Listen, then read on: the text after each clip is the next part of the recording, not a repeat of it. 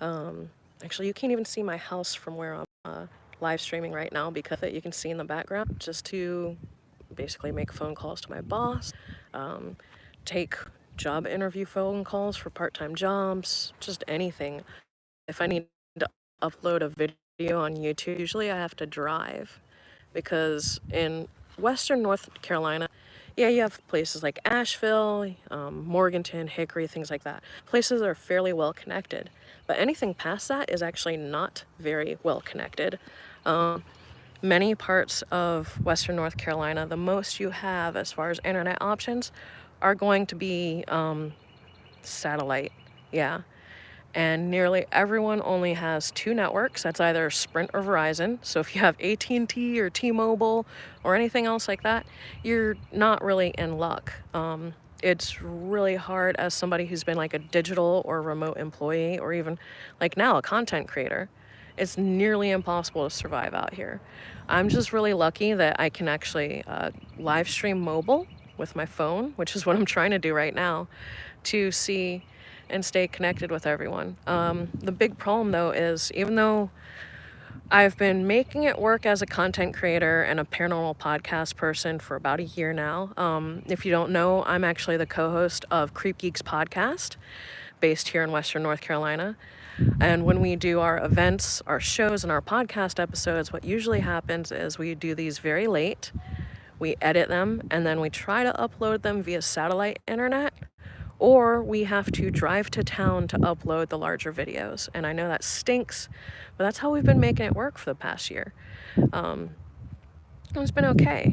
Problem is, coronavirus and COVID-19 have really affected our ability to go places. If you watch the Cheap Geek channel, you know that we've had some health concerns lately, and those health concerns have impacted our ability to travel and go out and do stuff. Well, now, North Carolina, starting at 5 p.m. today, is going to issue a stay-at-home order, which means I'm only going to be able to go out to get groceries and go to health appointments, like doctor's appointments, but most of them have been canceled. We got all the cancellations, like literally in the past 3 or 4 days. So it's like, you really can't go anywhere. Okay, I don't know how to upload my stuff except for maybe getting the videos I need to upload onto my phone and then walking out here and trying to stand in the field for 18, 20, 30 minutes just to upload a video. But that's what you have to do because Western North Carolina is not, it just does not have the web and Wi-Fi infrastructure. It has no cell phone infrastructure out here. You can see these beautiful foothills behind me. Yeah, I can count. There's about 6 foothills between me and the closest cell phone tower. And it's not even a cell phone tower for my carrier. It's like a US cellular. So roaming has been on since I moved here. We have people that I work with and that I'm friends with who live more closer to downtown or the actual town that we live in. And they're like, yeah, we got internet. But these are people who have not grown up in the tech industry. They haven't grown up, working help desk. They haven't grown up doing IT support or working from home. I am not a tech or, web professional or whatever, connectivity professional. But I worked from home for so freaking long in my life that I kind of know, I guess, a little bit more than average Joe out here when it comes to web connectivity and what you need to work from home. But when you try to bring up these conversations with local government, local council, things like that, a lot of it, their eyes start to glaze over. They just don't get the concept that you need high-speed internet to work. And now, the stay-in-place order, you have kids who can't even work from home because, Western North Carolina was given Chromebooks by Google, which is awesome, These kids were given Chromebooks to work from home and learn from home, but they don't have there's no infrastructure here for those Chromebooks to connect. Nobody thought about that. So why? Why would this area continue to not try to make improvements and upgrades to live in, 2012 and survive in the environment that 2012 had, or I'm sorry, 2020 has. And I say 2012 because I literally feel like this place is at least 10 years behind. I mean, it's beautiful, and you hear that from the locals and from the local officials who want to keep this place pristine and beautiful. Well, I'm sorry, I've gone to places like Allen, Texas, like historic places in Texas, historic places in New Mexico, and that's my hair, wow. And those places, they're able to retain that small town charm and that small town allure without destroying anything. People are so worried that bringing web infrastructure and bringing modern concepts to this area is going to destroy this area, and that's not true at all.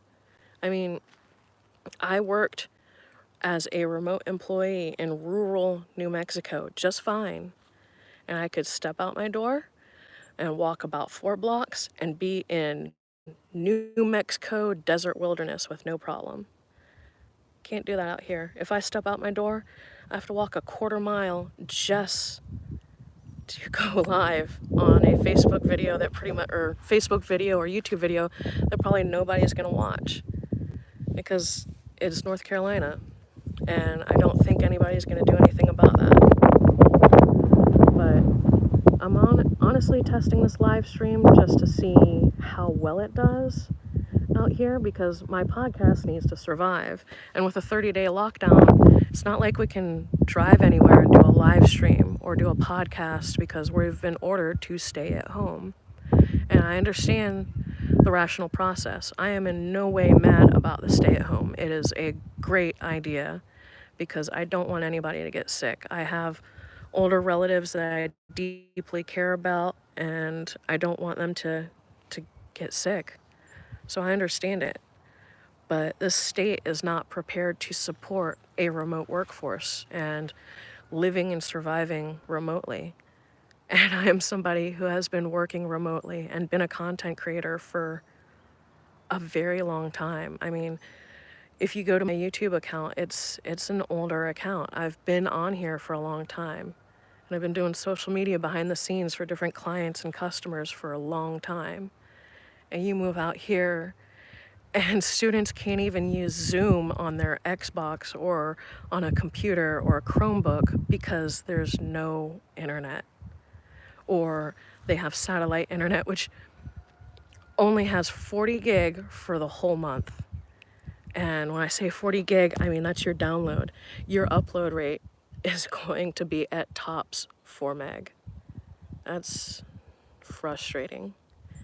So yeah, that's pretty much all I really have to say. I mean, I'm just trying to see how well this does, if it's going to be stable.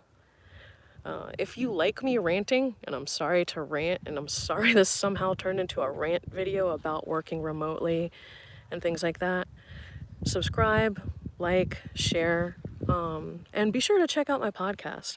Creep Geeks Podcast, we've grown pretty well in the past year or so. We're all about weird news, UFOs, ghosts, spooky stuff, and just plain strange stuff. We are recently in a documentary called On the Trail of UFOs.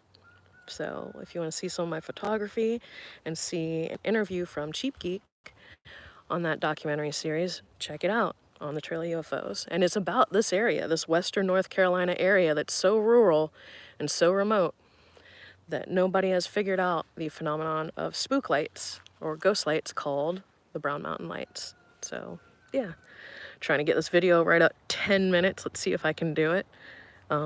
My hair is fantastic, but you know what? 30-day stay at home, I don't have to take care of my hair. As long as it's clean, wow, that is a lot of gray. As long as it's clean, I should be okay. Yeah, but thanks for tuning in, guys. I want to make this work. Living in Western North Carolina is kind of tough. I mean, yes, it's beautiful. And don't mind everything behind me. I'm actually live streaming from a neighbor's yard. He just recently bought this property, and he's been so busy just cleaning it up because it was kind of in serious disarray before he bought it. and he's done some amazing stuff to clean it up. So it's not that bad of a place to sit down and live stream. Anyways, thanks for tuning in, everybody. Thanks for listening to me rant, and thanks for putting up with me trying to test a live stream. All right? Thanks, guys.